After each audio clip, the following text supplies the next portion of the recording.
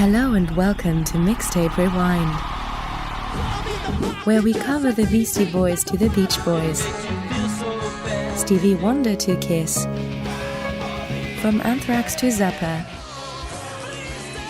and everything in between. So please sit back, relax, pop in a tape, and join us as we journey back in time to discuss your favorite bands and music.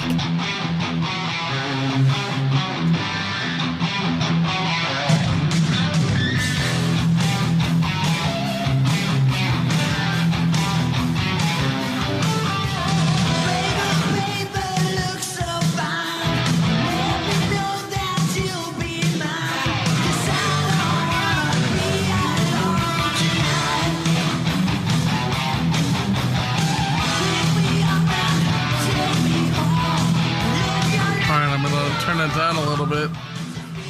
I want to welcome Geno Cuddy to Mixtape Rewind. How are you, Geno? Doing well, sir. How are you? Excellent. Now that we have the White Line Pride album on from 1987, from what I understand, you didn't listen to this album straight through until recently, right? Correct. But I do have it. I do have it on cassette. Yeah, like you probably listened to pieces. Yes. Yeah, like Wait and like they had a lot of hits on this album. Yes, and from what I understand, this was it peaked at number 11 on the Billboard 200 and remained on the Billboard Top 200 for a full year, selling 2 million copies in the U.S. alone. Which is crazy because it's a glam metal band. They were selling a lot at that time, weren't they? They were what? Glam metal was selling big at this time, wasn't it? Yeah, I mean, you had Poison, you had, who else? Poison and, Dawkins, I don't know, does Def Leppard count as glam metal? Yeah, Def Leppard they had some really big hits. And there are even some non-glam bands getting into the glam metal phase. Judas Priest Turbo, anyone? Yeah, I mean, and, but, it was like these younger, newer bands, I guess, that were kind of coming out. This is another album that was produced by Michael Wagner, just like the Skid Row album. And it's funny that, Michael Wagner's name came up in the last episode that we did, the Queensryche Operation Mindcrime, because they wanted to steer away from this Michael Wagner type of style of recording. Yes. Michael Wagner's name was always attached to so many albums of my youth. And I just can't believe he did so many albums. I mean, it really boggles my mind. But, I think that White Line's Pride is a very unique sounding album, actually. It's very airy. What did you think of it first listen, when you listened to it straight through? I thought... I'm gonna give it to you straight. I wouldn't put this album in my top 10, but I would put it in my top 20 because it didn't blow me away. How dare you, sir? But I did like it. I did like a lot of what was on here. The guitars were top notch. The songs that I liked on here were I did like Wait. Yeah. I did like Lonely Nights. Hungry. I loved Hungry. Right. A lot of the songs I did like on here, but as with every album, you're gonna have one or two stinkers in there. Yeah, the All You Need Is a Rock and Roll, I felt was kind of a weak song. It was, and with a title like that, you would have expected it would have been like this power, like this would be their Helix Rock You, this would be their Kiss Rock and Roll All Night, but it really didn't turn into that, really. Yeah, it's a little anthem-y, but not... Yeah, you're right. It doesn't have that crescendo. Yeah. It's like with Helix, Rock You has, give me an R, and you recognize that right away, and it pumps you right away. This one, it didn't really go anywhere for me. So, I don't know. I mean, these albums always had that one song, though, that you'd remember from them. Like, right away, as soon as you hear the song, or as soon as... somebody mentions the song, the name of the album or the band at least would come right away. on the memories. I think, for me, Wait is one of those songs. Yeah, Wait's a kick-ass, intro.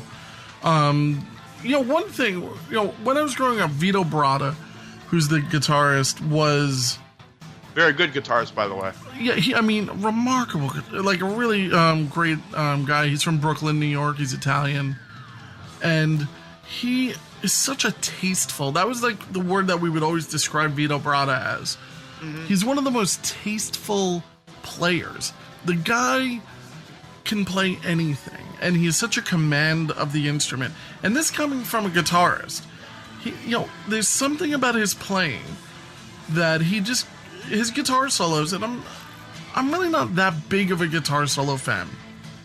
But Vito Bratta's guitar solos, it's a different universe. Then. I'm sorry?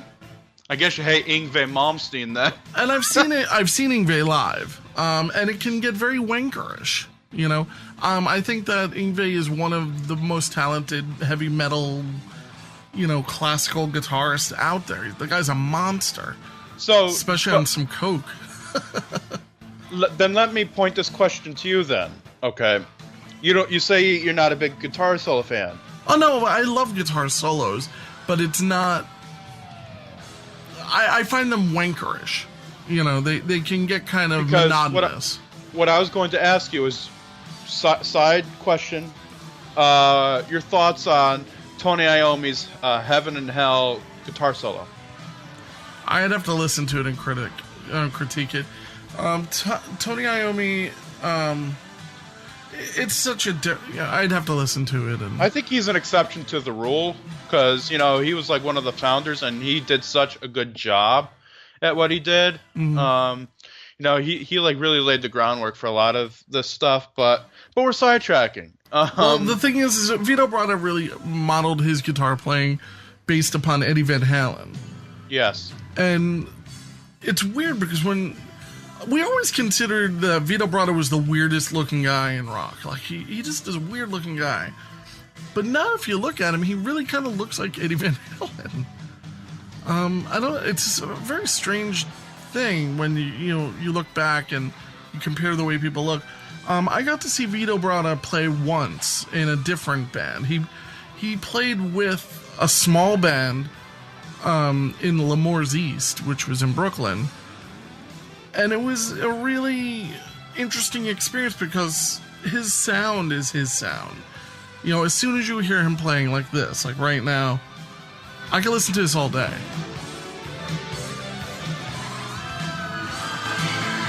The guy's just tasteful. That's all I can say about... Whoops, I'm sorry. But yeah, and it's funny because even the nerdiest of guitarists will go, oh yeah, Vito Bratta, great guitarist, And he has definitely classical elements to his playing. I would have loved to have seen a White Lion reunion. Now, let me ask you this. Now, I'm 22 years old. However, I have done a lot of studying and discovering on what was popular back in and around this time. This album never gets mentioned anywhere. Why do you think that is? Now, when you say it doesn't get mentioned anywhere, where are you reading? Well, it's like there are certain websites like remember these albums from the 80s or things you mean like that. Metal Sludge or stuff, or yeah, it's like no, I think they're all around the metal magazines and stuff.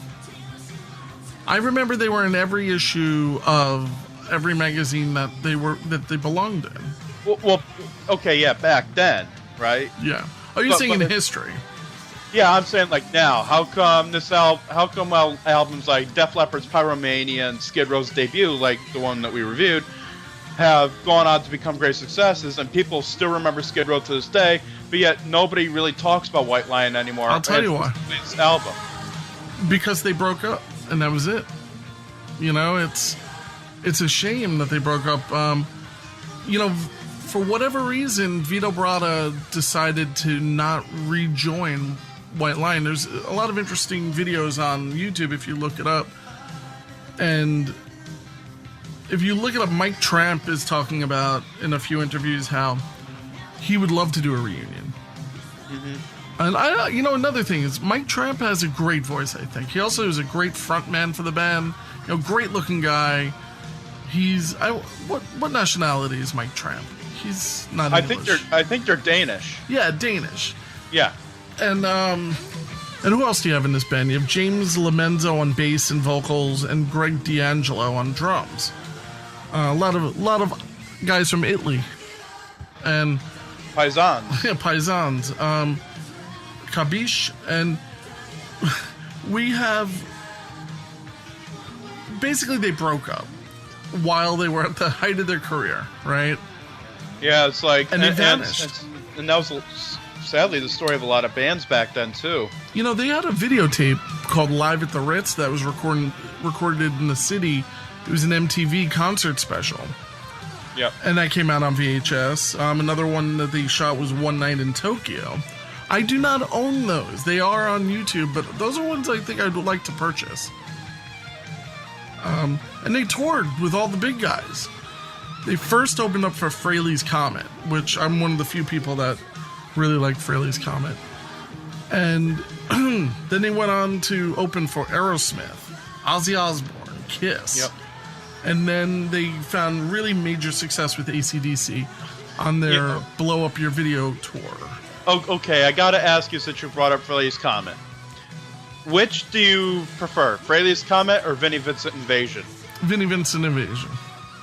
I have to agree with you because I love Boys Are Gonna Rock. Well, Vinnie Vincent is a monster guitarist. Oh yeah, I love him.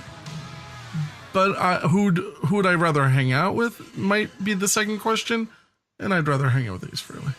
Yeah. Another thing is, White Lion actually also toured opening for Stryper, of all bands, in the summer of 1988. So that was a pretty interesting time, man. I've always liked their albums. They've everything about their album is really complete. They were just a good rock and roll band from, for the most part, from Brooklyn. And I don't know. I always recommend White Lion to everyone. Yeah, I have their album Pride, which we're discussing tonight. I also have Big Game, and I also have Main Attraction, all on cassette. Yeah, which one has their really long cover? Maybe it was Main Attraction. Radar Love, I think they covered. See, this song. I'm going to turn this up for just a minute. And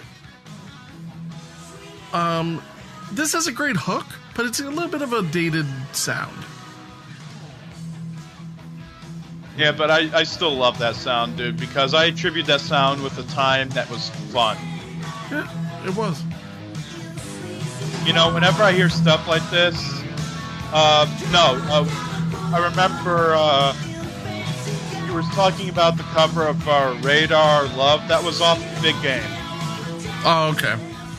And I remember they had a very long video to go along with it. Yeah. And I always associate this time, whenever I hear songs like this, or like Y&T Summertime Girls, all I can think about is the image of a beautiful woman from the 80s and one of those awesomely 80s bathing suits with the big freaking Fabergé Organics or whatever they use to make their hair that big and puffy back then. And I love it.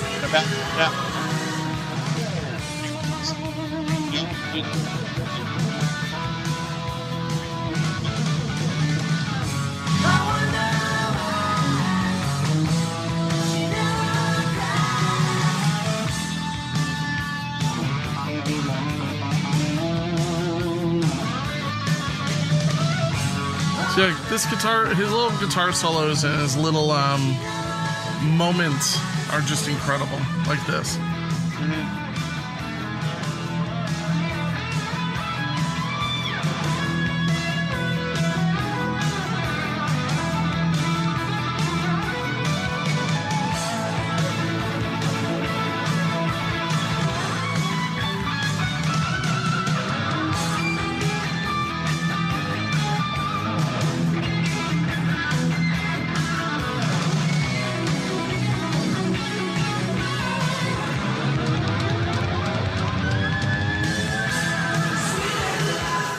You know, and this was also what happened? Got a little.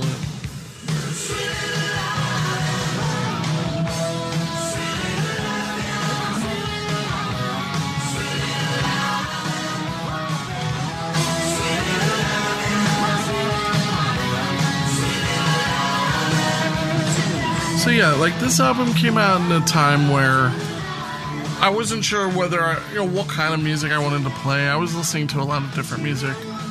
Yeah. And, I was really looking up to Vito Bratta, like, wow, this guy's just, his music, it's so technical and it's so beautiful. Yeah.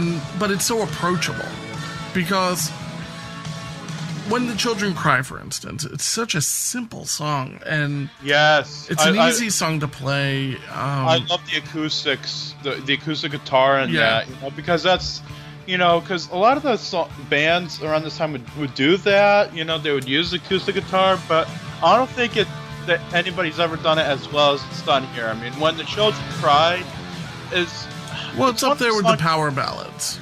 Yeah, I consider it a power ballad, and I've often wondered, because whenever I hear a title like "When the Children Cry" or something, I've often wondered how come a song like that was never used for like a "We Are the World" or something like that. Thank God it wasn't. Jeez, I'm just saying, because that stuff, you don't want to get too involved with the politics of all of that.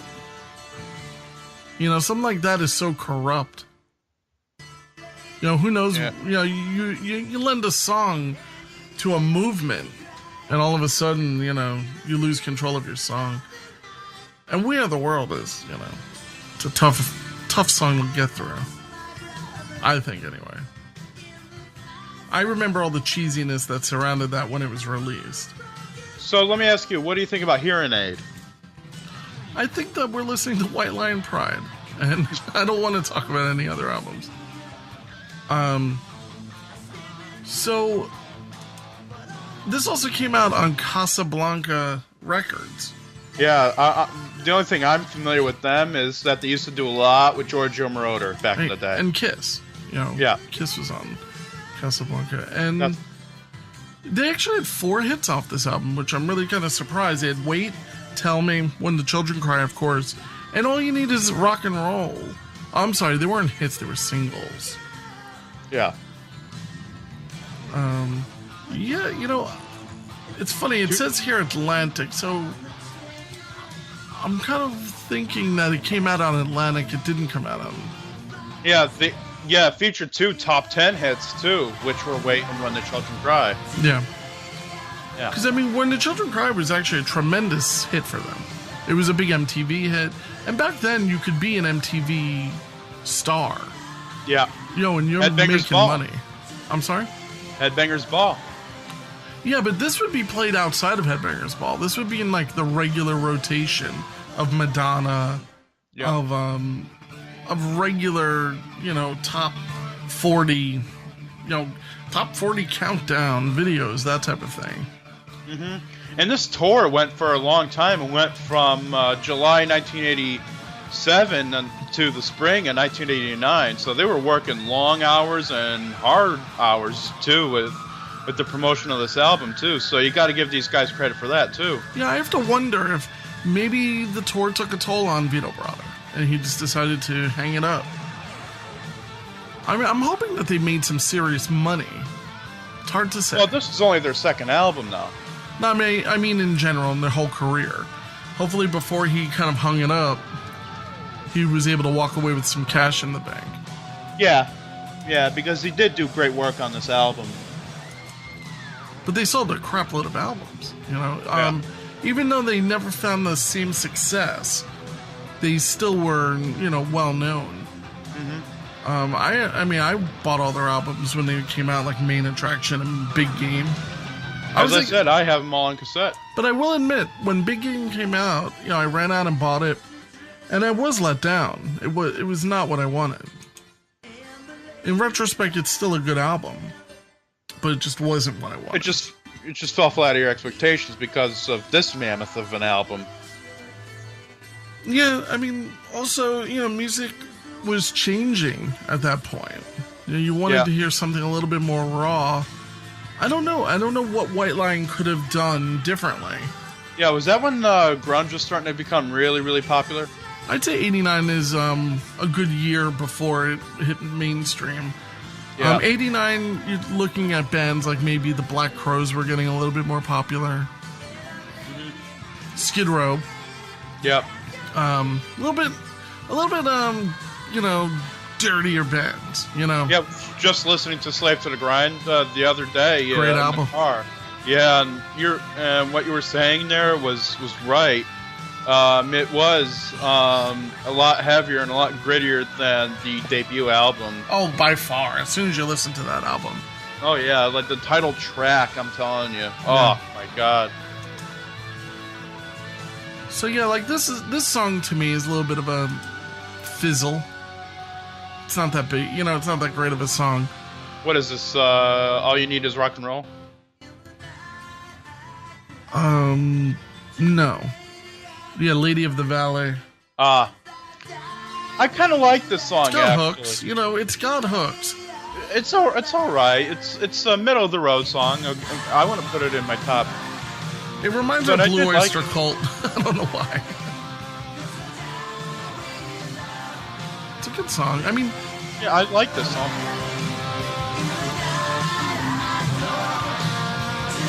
And the next song is one that I think we both agree is definitely a shining moment of this album.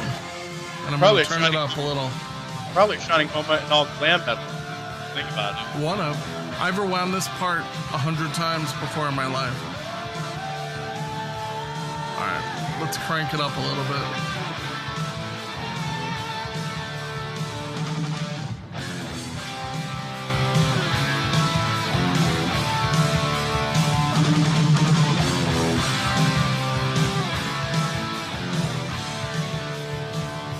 That was a bad fade on their end. That wasn't me fading. Maybe it was the mastering. Let me ask you. Wait, hold on. It's coming.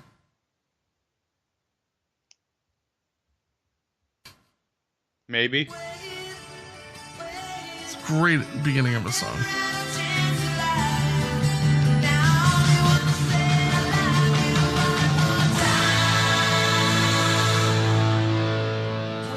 Alright, you can talk. Sorry. They have such incredible beginnings of songs. Yeah, and that's what sells albums too, is great hooks, and that is one of them.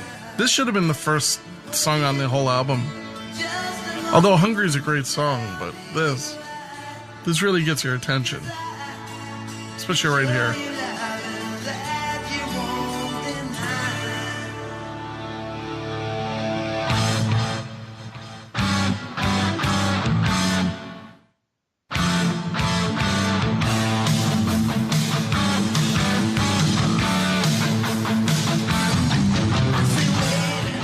Guessing that Vito Bratta played Marshall JCM 800s, but I'm not sure.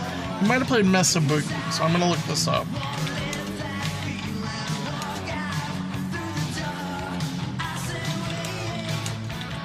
Yeah. This was a great song. While Mark's looking that up, this is one of the highlights of the album for me. I mean, this is that song that you remember from an album like this. This is like the Rock of Ages of this album, I feel.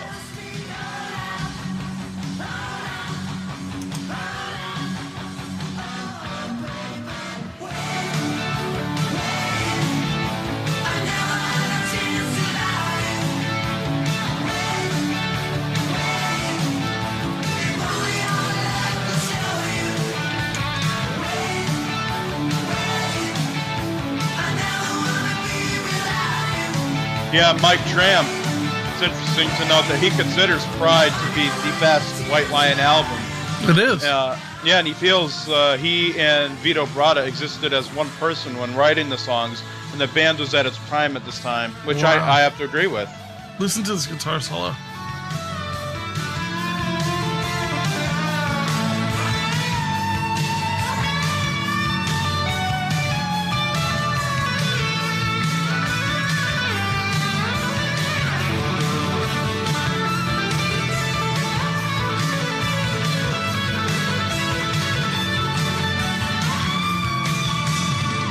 again, very tasteful. Like, never an overused note.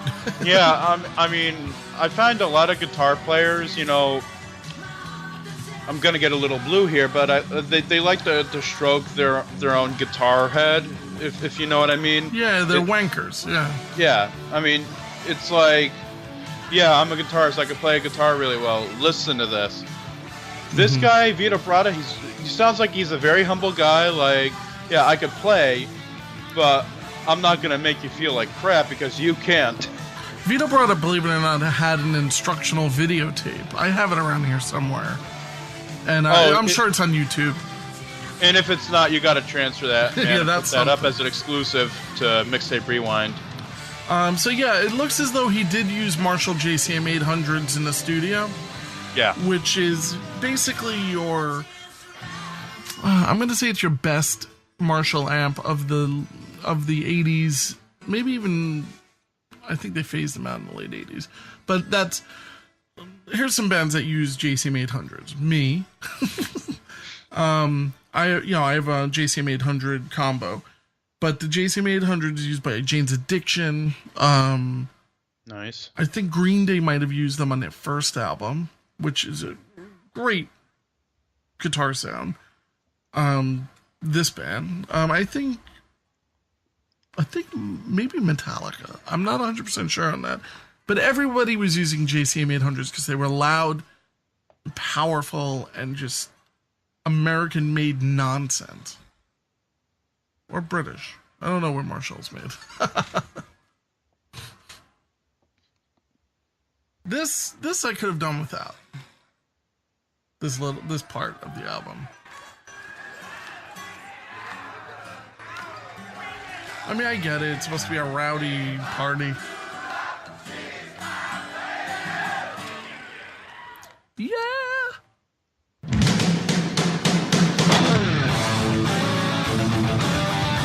Now here's your stereotypical rock song.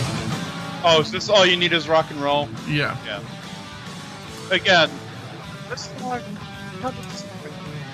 Well, not everyone can write, Rock anthem, Yeah, I mean, again, if you want to hear a great example of rock and roll all night, or Helix's Rock You.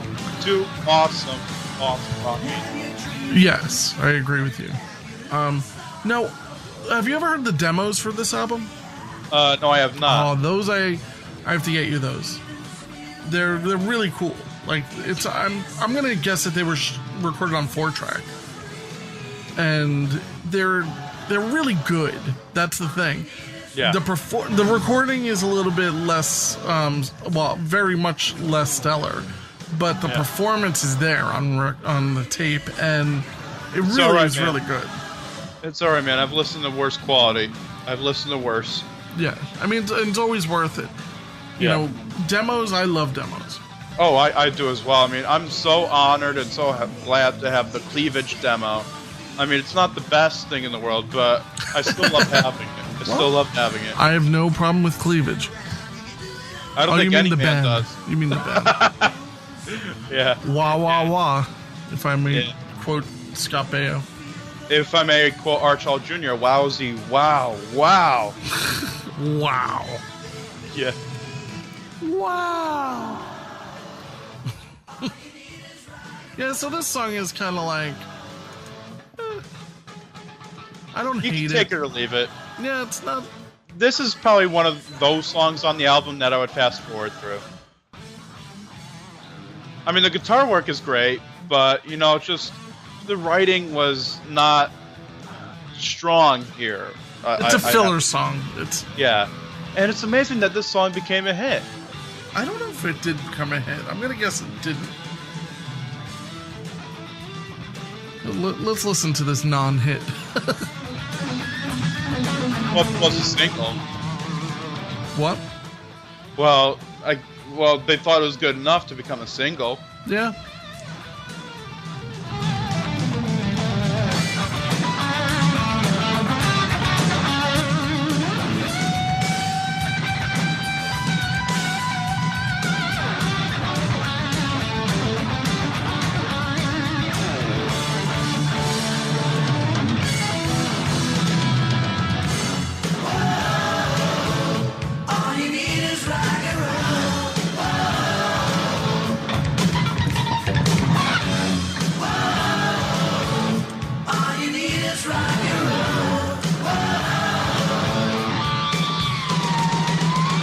theory about this song. What? I have a theory about this song, yeah, and I remember what you were saying earlier about them not being wankers. Remember when you were saying that? Yep. Maybe that's why the song isn't as strong as it is. Because, and let me tell you why, a lot of bands wrote songs like this, and I believe a lot of bands wrote songs like this to stroke their own egos and to stroke that they were a rock band. And maybe these guys, because they were humble, maybe that's why the song isn't as good as it could have been, because they didn't feel the need to stroke their egos like a lot of these other bands did. Just a simple little theory I have. I do want to also mention... No, it's a good theory. I do want to mention a couple albums that shared the top... These were basically the number one albums of 1987. To give you an idea of what White Lion was up against, or not really up against, but what was out there and what was popular. We have a Bruce Springsteen album that was live 1975 to 85. I'm not familiar with that. Bon Jovi's Slippery When Wet. Big album. Oh, yeah. I wish they went with the original cover for that. I love the original cover. Well, that was number one for, I think, 6 weeks. It's massive. Following up, starting March 7th, is the Beastie Boys' License to Ill for 7 weeks. U2's The Joshua Tree came out after that, 9 weeks at number one. Whitney Houston's debut album, I believe, Whitney, came out for 10 weeks. And out of nowhere, coming out of, I think out of Mexico, La Bamba soundtrack, where he was that soundtrack was, I think, Los Lobos, right? For 2 weeks. Yep. Then Michael Jackson just basically kicked everyone in the scrotum for 6 weeks. As he always did. Back to Springsteen. And then throughout November, who could forget What Happens When You Put Baby in the Corner? 7 weeks of Dirty Dancing soundtrack. Of course. So, that's the kind of stuff that we're talking about. Some good music here, Right. License to Ill, Slippery When Wet, even the Joshua Tree, very good albums. Michael Jackson's Bed is an excellent album, and I'm a big fan of Los Lobos, believe it or not. Actually, if you were to look up, I have it around here somewhere, the live performance of Los Lobos from Woodstock 99. Have you ever heard of Woodstock 99? That's a little bit before your time. No, but I do have the original Woodstock album. I didn't even know they redid that in 1999. In 1999 they made another Woodstock festival. And my girlfriend, who's now my wife, we went. And it was basically 3 days of just crazy nonsense in upstate New York, where they ran out of food and they had no water, and people were flipping cars, and cars were on fire. Look up the history of Woodstock 99. But if you look at the performance of Los Lobos, I can be seen dancing. If you look at the live footage. Holy shit. Yeah. I gotta see a young I have it around here somewhere. I mean, it's not like it came up really close or anything, but I'm like, holy crap, that's my wife and me. So it's kind of funny. But you gotta send me a screenshot. I'll dig it up. And Woodstock 99 was an incredible thing. A lot of amazing bands played. Like Metallica, Megadeth, Red Hot Chili Peppers.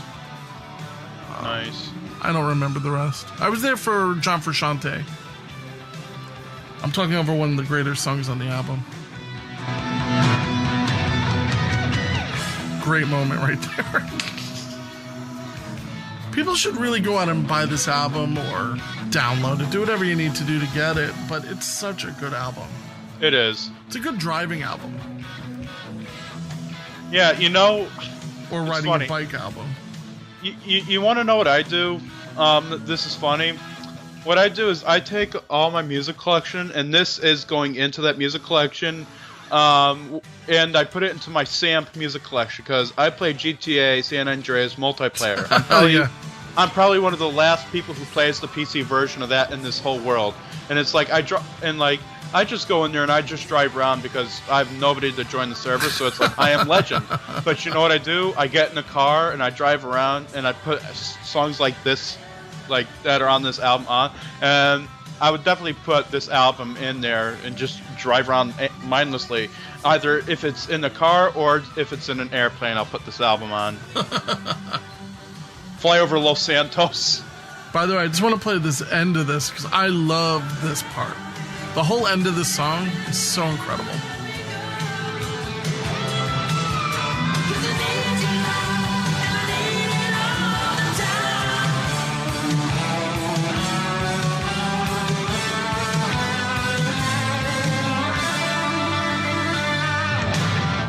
Excellent. Such a good... It's a good... Oh, I like this. Yeah.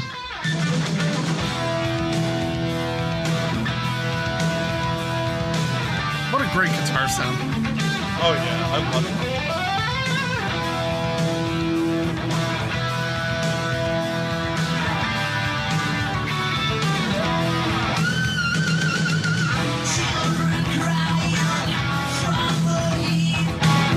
Yeah, everybody in this band was spot on. Yeah. Very ahead of the time in a lot of ways. It's a very mature album. That's another thing. This isn't your regular band that was out at the time. Like, you know, let's get laid. Let's, you know, get the girl on the stage and, you know, and dance to it. You know, this wasn't really like that. I mean, these guys definitely got, you know, definitely hooked up a million times, I'm sure. But that's not what this album was about. You kind of talked about that. That's not what they sing about. Yeah, it's like almost, you know, it's funny. This is almost like the first album we reviewed, the Skid Row debut. Mm-hmm. Very same stuff going on here. It's same like, producer. Yeah, they're not talking about. I mean, I gotta say this. People, and especially a lot of snobby metalheads, I gotta say this, have stereotyped glam metal as songs about screwing girls and doing drugs, which, if you listen to albums like this, which do fall into the glam metal category, you hear none of that. And it's like, albums like this break that stereotype. They really do. Now, I'll admit, I don't know what these songs are about, because I'm not a lyric person. But they're love songs, you know, probably, you know. It's about all joining our hands. I'm not really sure. But I do know that the music itself is just top-notch. It's funny, because I realize now I've never listened to the lyrics at all. Except Children Cry. Yeah, that I know.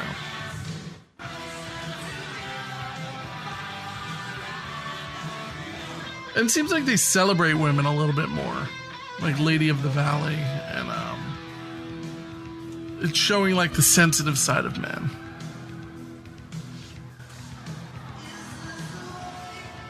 Yeah, something like this is cool and stuff. It's very dreamy. I remember liking this a lot when I was younger. This part, I was like, how does he get such a cool sound? You still like it? I think it's a little dated, but I understand why I liked it.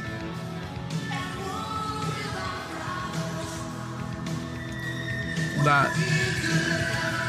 I used to be amazed by these sounds that he was making on his guitar. You know what I was always amazed by? What? Whenever I would listen to an album like this, and it would make guitars sound like police sirens. Yeah. You have like Steve Vai type of stuff. Correct.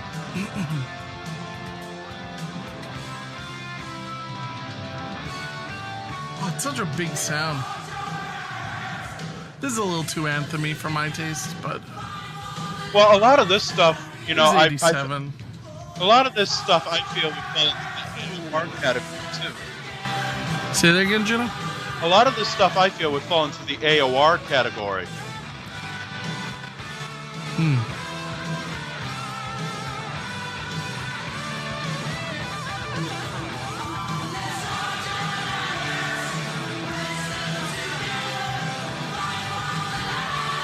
Yeah, I kind of regret never seeing them live. Yeah. I mean, I bet this was from hearing Vito's guitars here. I bet this would have been a killer. Oh yeah, I bet it was a killer tour. I wonder if there's any video of the tour. Yeah, they shot 2 whole shows. Oh yeah, Live at the Ritz, like what you were talking about earlier. Yeah. Oh, this is when the children cry. This is their sad sack. I said, let's listen to it. All right. Actually, yeah, let's listen to this whole song and then we'll talk afterward. All right.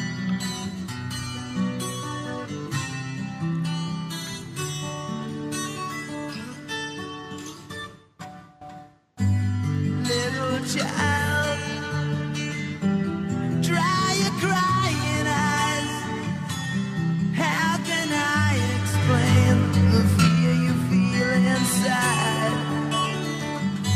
'Cause you were born into this evil world where man is killing man and no one knows just why. What have we become? Just look what we have done. All that we destroyed, you must build again. When the children cry, let them know we tried. 'Cause when the children sing, then the new world begins. Little child, you must show the way to a better day for all the young. 'Cause you were born for the world to see that we all can live with love and peace. No more presidents and all the wars we'll end. One united world under God. When the children cry, let them know we tried.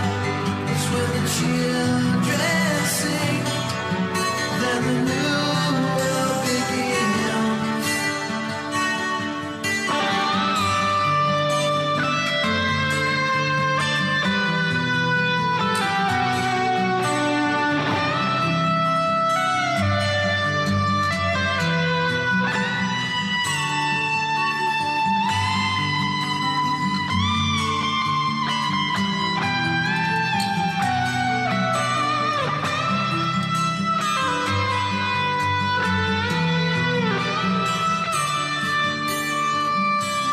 What have we become?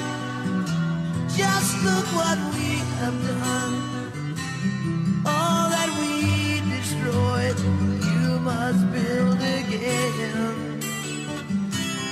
No more presidents and all the wars we win.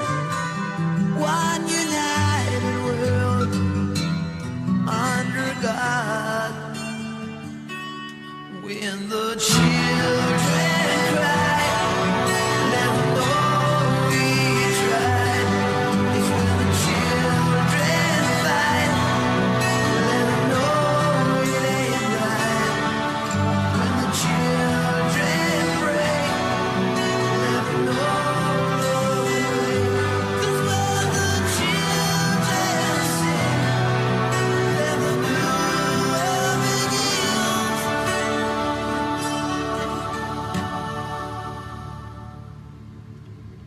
Very, very cool. It has almost a Kicks "Don't Close Your Eyes" vibe. Yeah, I heard that. I forgot about that song. I did dig up the unreleased White Lion stuff. I Nice. didn't know if you want me to play. I'm going to choose a track that I just recall being very good called Wasted City. All right, little bonus content for. And this will be the first time you're hearing it, so maybe you'll see if you even like it. All right. All right, let's give me a sec here. I have to go through a little thing, but all in all, looking up while that was playing. Oh, wait.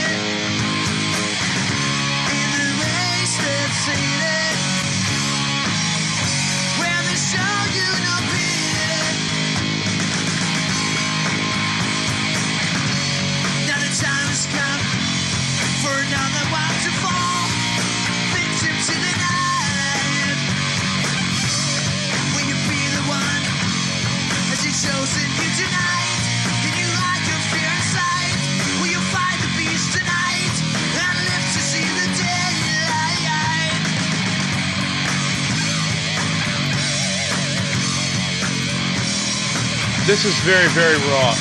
Yeah. And I must say, this is still Mike Tramp on vocals, right? Yeah, but I don't think that's Vito Bratta playing guitar. I have to say, I almost hate to say anything bad about them, but keep in mind that this is from 1983. Yeah, I mean, I have to say that Mike Tramp isn't my favorite vocalist of this era. Okay. But I don't want to take anything away from him. I don't want to do that because he did do some great stuff. But listening to this, and I don't know, for some parts of Pride, he sort of fell flat for me in some areas. But all in all, I do have to say, White Lion is a really good album. Not a top 10 to me, but at least a good top 20. Where would it fall? Where would it fall in your list? Well, I have several lists, so it's a loaded question. Because Vito Bratta as a guitarist is such an important guitarist to me. Oh yeah, his work on but this he comes along with White Lion, so there's no solo album. So for me, I have to say that when it comes to metal or 80s hard rock, they're definitely a top 10 band for me. Which is a very crowded list, and there's constantly people being knocked out of the top. But I think I could easily put them in a top 10. Okay. For no other reason except for Vito Bratta. But I do like Mike Tramp's voice a lot. And I like the demos because they're raw.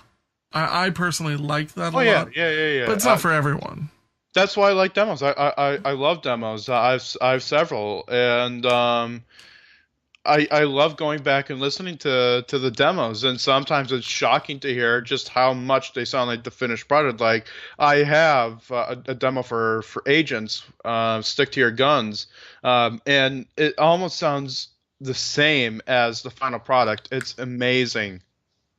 Yeah, it is. It's really incredible where you get to see the growth of a song. I know as a songwriter, it's amazing how your early songs can sound so completely different than what it ends up sounding like.